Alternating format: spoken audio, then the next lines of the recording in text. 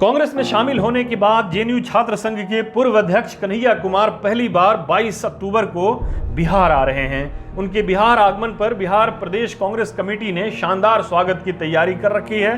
गौरतलब है कि 28 सितंबर को भगत सिंह की जयंती के मौके पर जब कन्हैया कुमार ने सीपीआई से दामन छोड़ा, कांग्रेस का हाथ थामा था, तो उस दिन भी कांग्रेस उस आयोजन को बड़ा मीडिया इवेंट बनाना चाहती थी। राहुल गांधी खुद कन्हैया कुमार, जिग्नेश मेवानी और हार्दिक पटेल के साथ दिल्ली के आईटीओ स्थित शहीद पार्क जाकर शहीद आजम भगत सिंह को श्रद्धांजलि दी थी।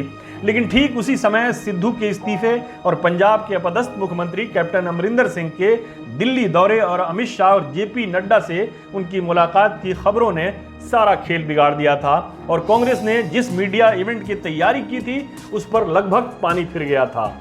अब कन्हैया कुमार बिहार के 2 विधानसभा क्षेत्रों मुंगेर जिले के तारापुर और दरभंगा जिले के कुशेश्वर स्थान पर हो रहे उपचुनाव में कांग्रेस के स्टार प्रचारक के तौर पर गुजरात के दलित नेता जिग्नेश मेवानी और गुजरात प्रदेश कांग्रेस के कार्यकारी अध्यक्ष हार्दिक पटेल के साथ 22 अक्टूबर को पटना आ रहे हैं। इस मौके को खास बनाने के लिए बिहार प्रदेश कांग्रेस कमेटी ने कमर कस ली है।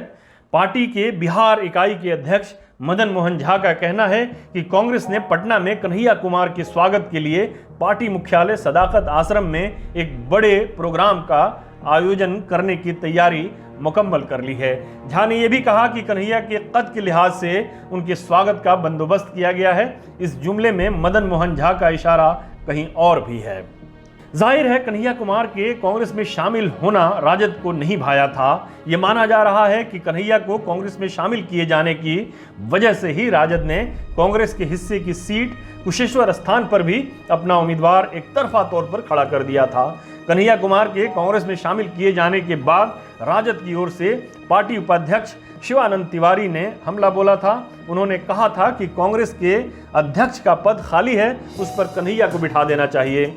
शिवानंद तिवारी ने यह भी कहा था कि पहले सीपीआई कन्हैया के सहारे अपना संगठन खड़ा करना चाहती थी, अब कांग्रेस कन्हैया के सहारे अपना संगठन खड़ा करना चाह रही है।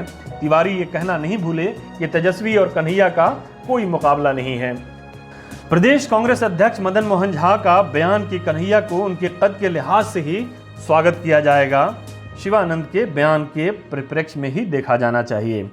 अब महागठबंधन के दोनों घटकों कांग्रेस और राजद के बीच के रिश्तों की खटास इतनी बढ़ गई है कि कांग्रेस ने राजद पर भाजपा के साथ साठगांठ का आरोप लगा दिया है।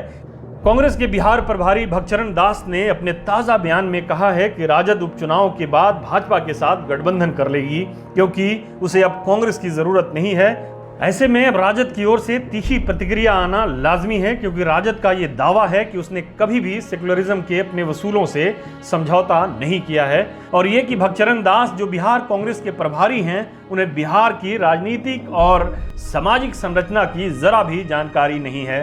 राजद चाहे जो भी कहे, भगचरण दास का बयान यूं ही जानकारी के अभाव में नहीं आया था, बल्कि उनका ये बयान कांग्रेस की उस मंशा को जाहिर करता है जिसमें कांग्रेस बिहार में मुसलमान वोटरों को फिर से कांग्रेस की ओर आकर्षित करने की रणनीति बना रही है। बहरहाल महागठबंधन सलामत रहेगा या नहीं, इसका फैसला इन 2 विधानसभा सीटों के नतीजों से नहीं तय होगा, बल्कि इस बात से तय होगा कि कांग्रेस बिहार में अपना जनाधार बढ़ाने के लिए किस तरह अपना प्रयास करती है और कैसी रणनीति बनाती है। ऐसी खबरें थी कि कन्हैया कुमार के चुनाव प्रचार में उतरने के बाद लालू यादव कोई जोखिम नहीं उठाना चाहते थे, इसलिए वो खराब सेहत के बावजूद पटना आए। उनका नाम भी राजद के स्टार प्रचारकों की सूची में शामिल था, लेकिन अब कहा जा रहा है कि लालू चुनाव प्रचार नहीं करेंगे।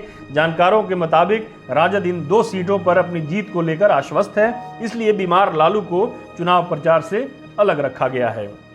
उधर कन्हैया कुमार के स्वागत समारोह में उनके बहुत से समर्थक कांग्रेस में शामिल होंगे। साथ ही बिहार विधानसभा की 2 सीटों के उपचुनाव में कांग्रेस के प्रचार को भी तेजी दी जाएगी।